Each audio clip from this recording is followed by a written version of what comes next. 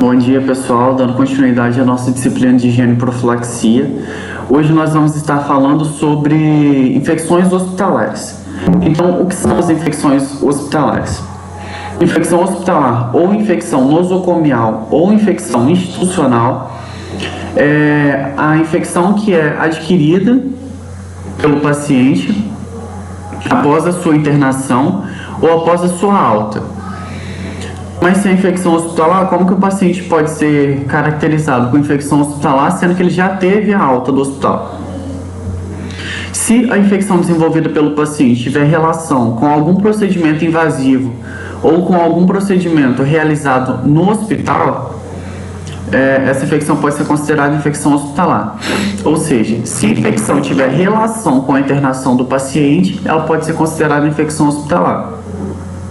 Por exemplo, um paciente ele fica institucionalizado, fica internado, e durante a internação é realizada uma sondagem vesical de demora. Ou seja, é a sonda que é introduzida pela uretra para esvaziar a bexiga do paciente, para a gente conseguir fazer um controle de diurese, para controlar a quantidade de perda de líquidos do paciente e tudo mais. Continuando. Foi realizada a sondagem vesical de demora e após a alta hospitalar, o paciente vem desenvolver algum tipo de infecção urinária. A gente pode sim considerar como infecção hospitalar, porque a infecção urinária vai ter relação com a sondagem vesical de demora realizada no paciente durante a internação, certo? E a gente vai ter fatores determinantes no acometimento de infecções hospitalares. Ou seja, a gente vai ter fatores que vão estar relacionados pelo acometimento por infecções. Então a gente vai ter os fatores endógenos e os fatores exógenos. O que seriam os fatores endógenos? Seriam os fatores pré-existentes no paciente antes da sua internação, mas que favorecem para que esse paciente seja acometido por algum tipo de infecção. Como, por exemplo, a herança genética, estilo de vida, hábitos alimentares, comorbidades.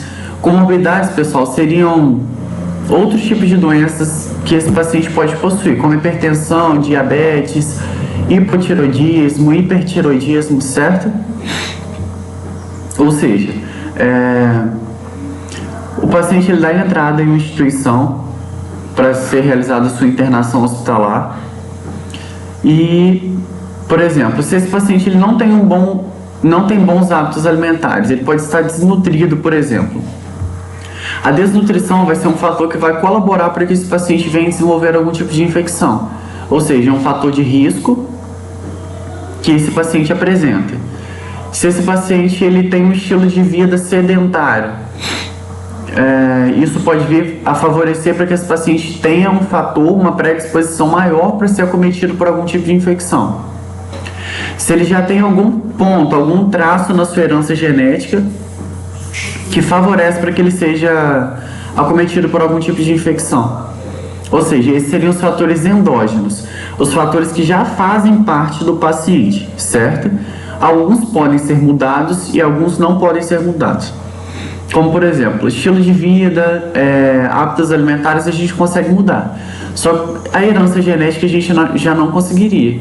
Então, se esse paciente ele traz na sua herança genética algum traço que favorece para que ele seja acometido por algum tipo de infecção, algum traço que faz com que a imunidade dele seja mais baixa, é algo que a gente não vai conseguir mudar, porque já é a carga genética, é algo que ele já traz com ele desde o seu nascimento, certo? E a gente vai ter os fatores exógenos. Os fatores exógenos são fatores do ambiente onde esse paciente vive, onde esse indivíduo vive, e vai favorecer para que ele seja acometido por algum tipo de infecção, por algum tipo de micro-organismo. Exemplo, dentre os fatores exógenos, a gente vai ter o ambiente e vetores. Se a gente vive em um ambiente que é sujo, não tem saneamento básico, as condições de higiene são precárias, isso diz que as condições do ambiente vão colaborar para que esse paciente seja acometido por algum tipo de infecção. E os vetores seriam mecanismos carreadores, né? Mecanismos que levariam a doença até o indivíduo. como por exemplo o Aedes aegypti, que é um mosquito que é transmissor do vírus da dengue. Ou seja, o mosquito seria o vetor responsável por levar a doença até o indivíduo, certo? Então, isso são vetores, são insetos ou algum outro tipo de mecanismo que leva a doença até os indivíduos. De fatores exógenos também, pessoal, a gente vai ter a temperatura e a umidade. Mas como que a temperatura e a umidade podem colaborar para que o indivíduo seja cometido por infecções? A temperatura e a umidade, elas podem favorecer para o crescimento de alguns tipos de micro-organismos. Um exemplo que eu sempre dou é a cândida. A cândida é um fungo natural da flora genital, tanto masculino quanto feminino, porém em um número reduzido, certo? Quando a gente tem o aumento da temperatura e o aumento da umidade, a gente pode estar criando um ambiente favorável para o crescimento desse fungo. Ou seja, esse fungo é natural da flora genital, só que a partir do momento que ele começa a crescer em uma escala maior, ele pode causar algum tipo de dano para o organismo da pessoa. Ou seja, a temperatura e a umidade iriam colaborar para o crescimento desse micro-organismo, certo? E a gente vai ter também de fatores exógenos as regiões endêmicas. O que seriam regiões endêmicas? Seriam regiões que têm uma maior multiplicação de determinado tipo de micro-organismo, devido às suas condições ambientais.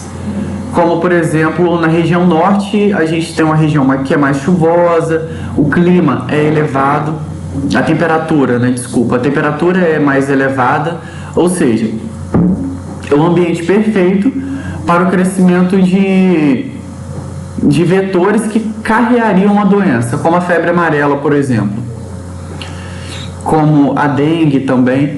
Ou seja, a região em si, ela teria condições favoráveis para o crescimento de micro-organismos, para o crescimento de vetores que carregam esses micro-organismos.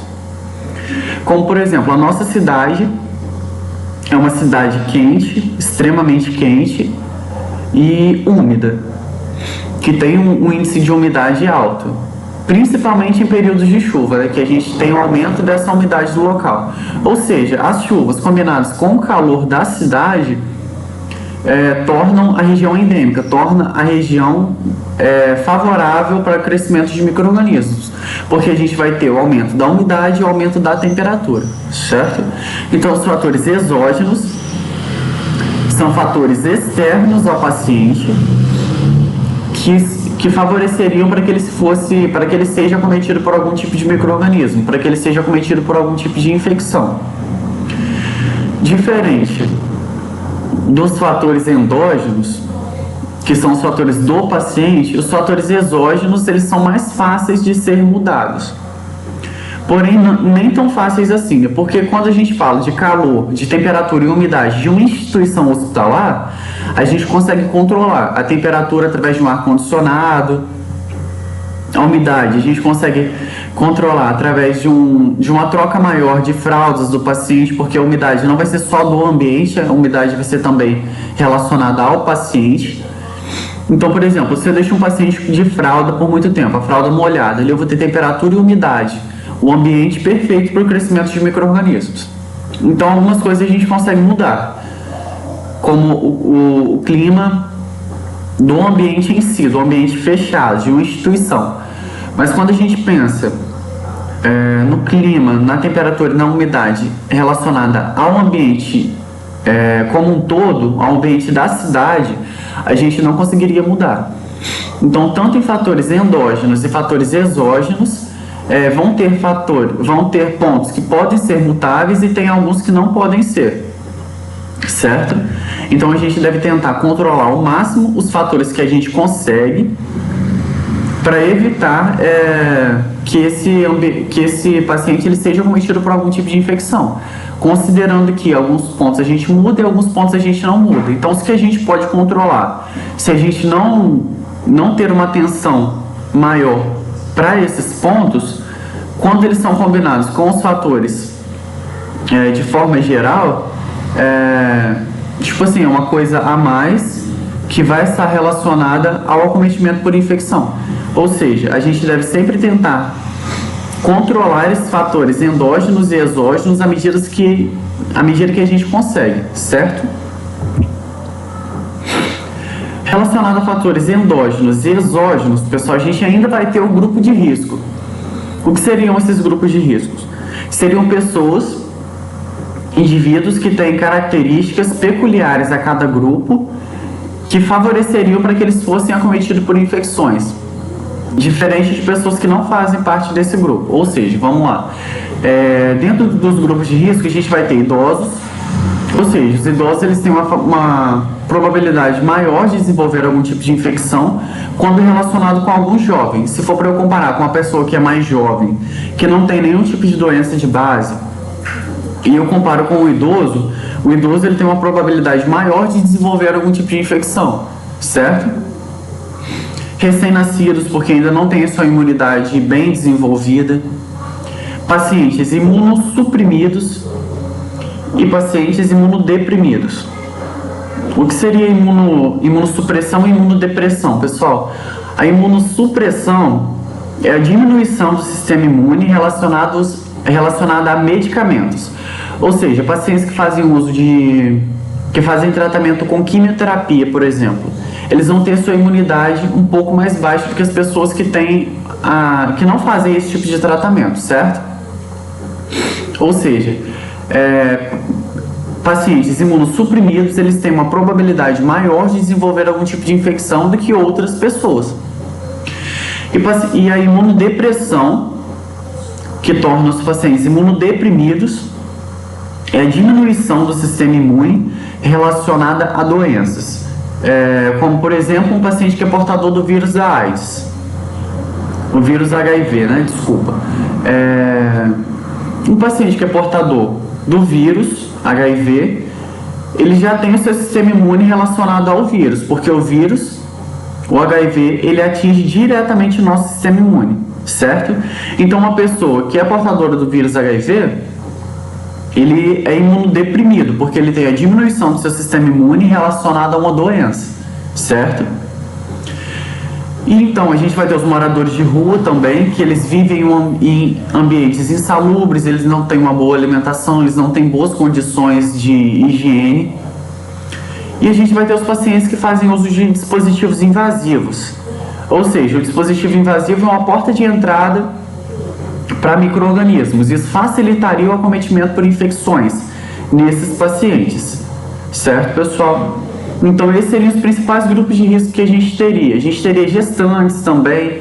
Então, todos esses grupos que eu citei para vocês seriam grupos peculiares que teriam características próprias de cada grupo que facilitariam para o acometimento por infecções, certo?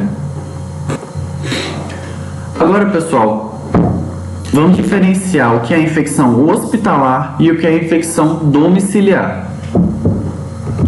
A infecção hospitalar, ela se manifesta em um tempo superior a 72 horas, sem evidência clínica ou laboratorial, e quando o paciente é transferido de alguma outra instituição. Vamos lá.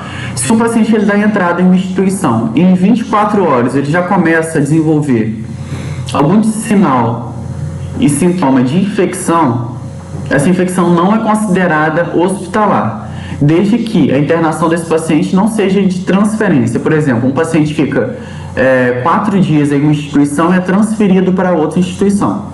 Não é nesse caso. São os casos que o paciente vem de casa, é internado, e em 24 horas, por exemplo, ele começa a desenvolver sinais de infecção. Então a gente considera que esses sinais de infecção são relacionados a infecções domiciliares e não a infecções hospitalares.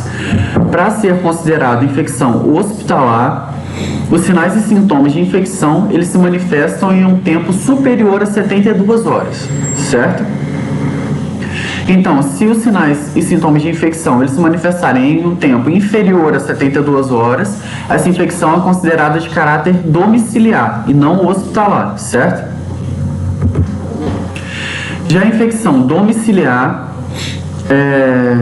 ela se manifesta em um período anterior a 72 horas.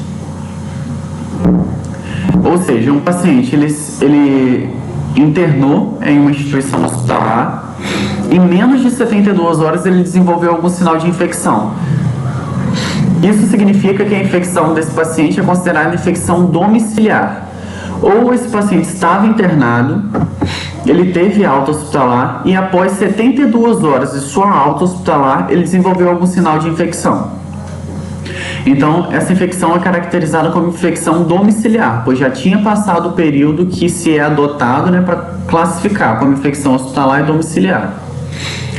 Mas, por exemplo, igual eu havia falado para vocês anteriormente, se esse paciente ele vai ao hospital, é realizada uma sondagem vesical de demora e depois ele vai para casa. Passou-se 72 horas. Em 96 horas, esse paciente começou a desenvolver sinais e sintomas de infecção urinária. Aí sim a gente pode considerar como infecção hospitalar, porque por mais que se passou 72 horas, a infecção desse paciente está relacionada com o procedimento invasivo que foi realizado na instituição hospitalar. Certo, pessoal?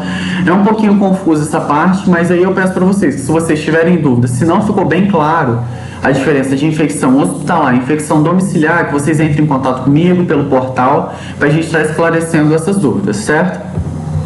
Então, pessoal, por hoje é só isso. Nossa próxima aula a gente vai estar abordando o tema sobre inflamação, que é diferente de infecção. Eu vou estar explicando para vocês direitinho, tá bom? Então, espero que tenha ficado entendido. Qualquer dúvida, estou à disposição de vocês.